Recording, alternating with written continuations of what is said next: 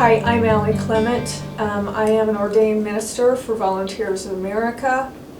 I was just discussing with another one of the ministers, trying to figure out exactly what year, but in 2009, Gary Kopsa came and approached me. I had just been finishing up cancer treatment. I was pretty tired and not full of much of anything, but tired. But he came and he said that they had been praying and that they believed that I had been called, as well as there was, I think, 7 of us to become commissioned ministers. At that time, I think that we just had the Jeff and then Gary, who was the director of ministry at the time, who is now our chaplain. And I said, well, I'll pray about it. I don't think I can do this. And I just started praying, and I just felt like the Lord laid on my heart that this is what He was calling me to do. And so we began this amazing process as a group that Gary took us through of becoming commissioned ministers. And we did that and became commissioned. I think it was 2009. And at that point, as soon as Gary had just gone through ordination, and I just felt, as soon as I was commissioned, like within I think a month or so, I just felt this call to move forward and begin the process of ordination.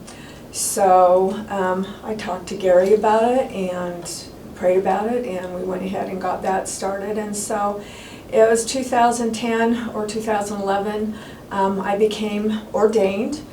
And I have just been privileged and blessed to be in the ministry for VOA all since then.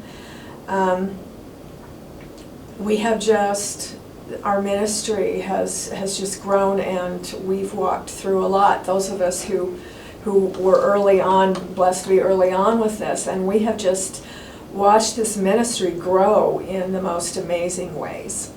A little bit of my background, and my first question when Gary asked me if I was interested in being a minister is, do they, and I don't know who they was at that point, I didn't really even ask him, but I said, do they know about my past? Because I have a really ugly past, and I made a lot of really awful choices, and he says, oh yeah. I said, okay. But God is a God of first, second, third, fourth, fifth chances. I am a recovering addict and alcoholic, and recovering from just about everything else too. I could have got as screwed up as I could before the Lord got a hold of me. I didn't come to the Lord, I didn't know Him until age 30. But when He saved me, I was in the middle of a really awful and very sinful relationship. And He started working with me, and over the years He has just He's been very patient and has worked in me and through me. I am also an addiction counselor, an addiction clinician, and I have been doing that for 30 years. And I worked outpatient for the first 14 years of my career for private hospitals. And God put me in a position of whether was I going to do the right thing on a court thing or not, and I just knew that I had to do the right thing, and in doing that, I, within 2 weeks, lost my job of 7 years and was on my own and in a position of needing to find work. I was clear down. I was 7 hours away, and God called me. I got a call, well actually I got a call from a place up here right before we turned to VOA for an interview, and I had to make the interview. And so I came up with no intention of taking the job because I was not willing to make these kind of huge changes. I was living in fear still in a lot of ways. And I got the interview, I was offered the job on the spot.